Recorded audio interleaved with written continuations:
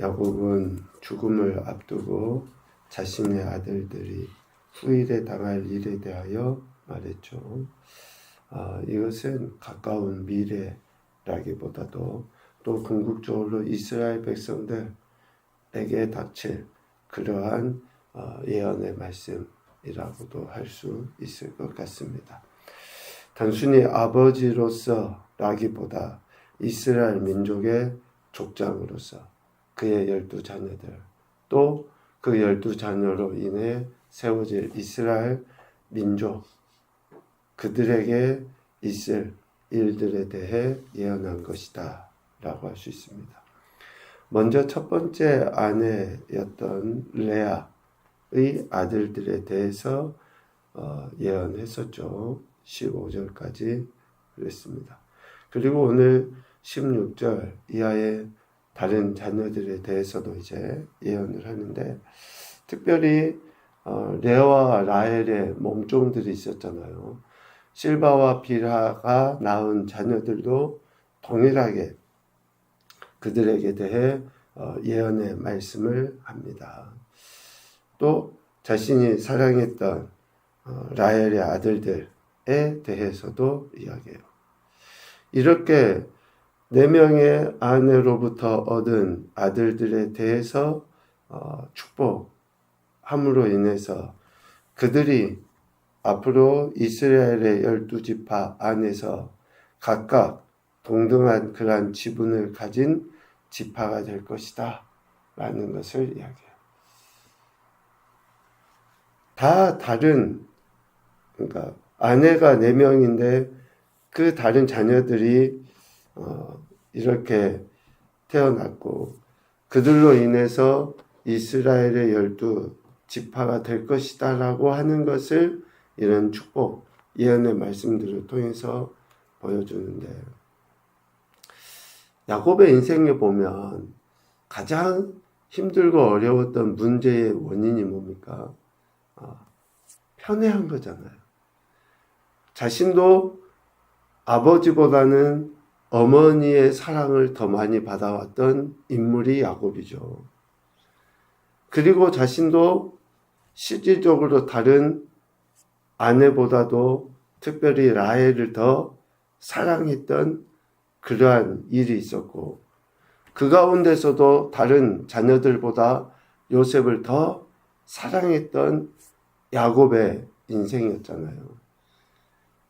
그러한 과정들을 통해서 힘듦도 겪게 되고, 또 정말 사랑하는 자식이 죽은 것으로 여기고 오랫동안 헤어져 살던 그러한 시절들도 있었잖아요.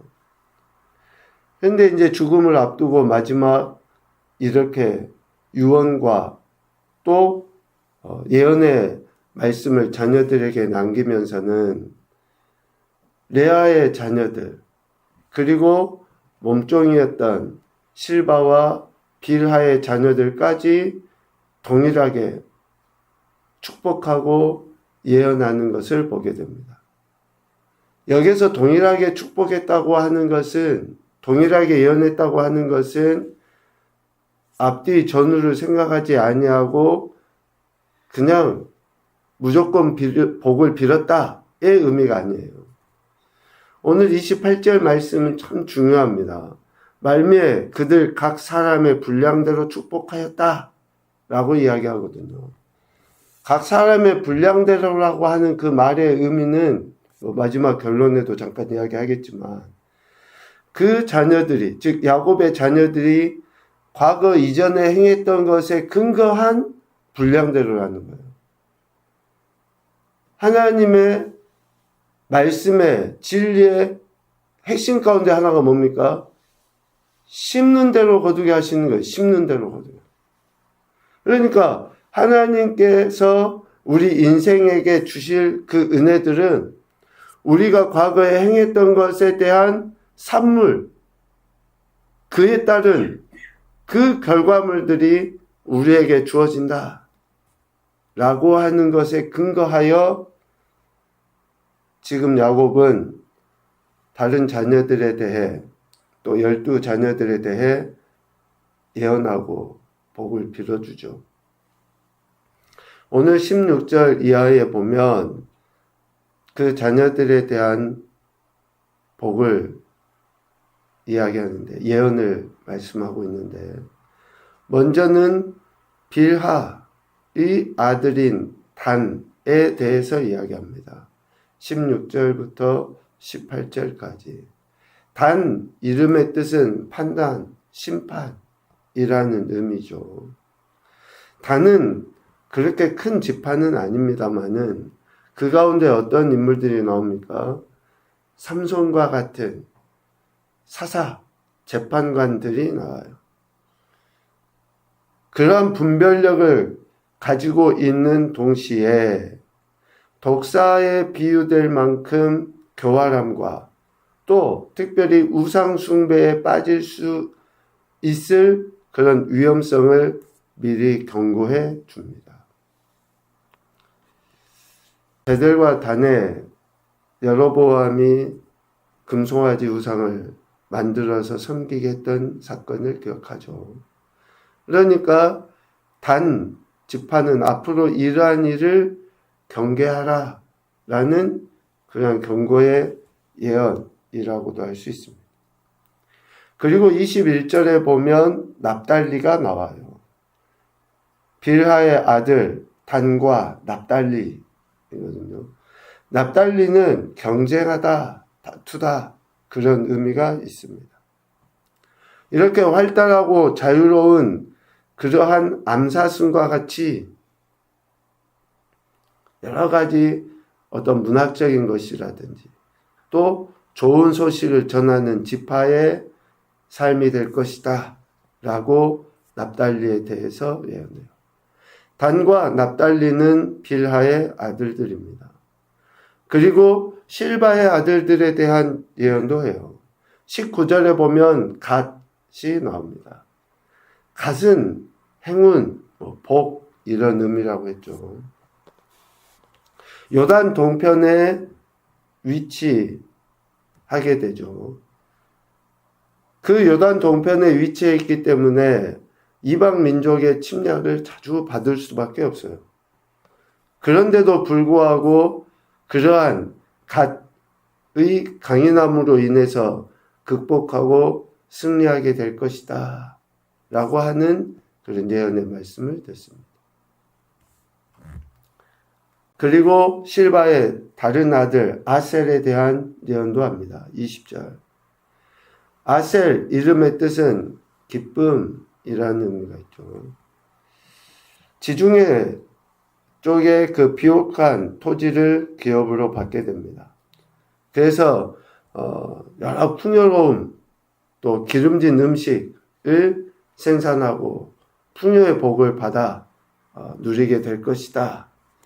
특별히 왕의 수라상을 차리게 된다. 왕에게 이렇게 귀한 것들을 바칠 수 있을 만큼의 풍요로움이 아셀에게 있을 것이다 라고 이야기해요. 그리고 라헬의 아들들인 요셉과 베냐민에 대한 그 예언의 말씀도 합니다. 22절부터 26절까지 요셉에 대한 예언을 하죠. 가장 분량적으로도 많지만 다른 자녀들에 비해서 월등한 이런 축복의 말씀을 듣습니다. 무성한 가지다. 샘 곁에서 있는 가지는 수분이 공급되어지기 때문에 결실이 많은 거죠. 그러니까 하여간 요셉에게는 이런 큰 축복의 말씀을 해주고 있는 거죠. 요셉 이름의 뜻은 하나님께서 더하신다 라는 거죠. 그 이름의 의미처럼 지금 요셉은 복을 받게 될 것이다 는 것을 야곱은 예언해 줍니다. 하나님이 반석과 목자가 되셔서 담을 넘은 무성한 가지처럼 번성하고 하늘과 땅에 복을 누리게 될 것이다. 태의 복이 열려서 자손이 복을 누리게 될 것이다 라는 그러한 예언의 말씀을 듣습니다. 요셉을 특별히 사랑한 것도 있겠지만 지금 야곱이 애굽에서의 삶의 시작이 요셉으로부터 된 거죠. 요셉을 이렇게 축복할 수밖에 없는 그러한 요셉의 과거의 모습이 있죠. 그리고 마지막으로 베냐민에 대한 축복을 합니다. 27절. 오른손의 아들이라는 의미가 있습니다. 베냐민은. 물어뜯는 일이라. 아침에는 빼앗은 것을 먹고 저녁에는 움킨 것을 나누리라. 이렇게 용맹한 이리와 같이 베냐민이 전쟁에 용맹하게 싸울 것이다 라고 이야기하는데 과유불급이죠. 지나치게 또 하나님을 온전히 신뢰하지 아니하는 용맹은 오히려 독이 될 뿐입니다. 베냐민의 이후의 사건들도 우리가 보는데 여간 베냐민에 대한 예언의 말씀까지 야곱은 합니다. 이러한 각각의 아들들에게 내려진 예언, 축복은 그냥 단순히 저들 개인의 차원이 아니죠. 앞으로 그들 후손, 즉 이스라엘 12 아들들을 통해서 형성될 12 지파에게 나타날 그런 일들에 대한 예언이다 라고 이야기합니다.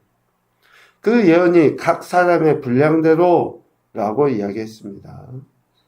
그냥 야곱이 드는 생각 자체를 이야기한 게 아니라 그들이, 즉 자녀들이 하나님 앞에서 행했던 것에 근거하여 저들이 과거 보였던 그 행동들을 토대로 그 자녀들에 대해 또 그 자녀들의 후손에 대해 예언한 것이다.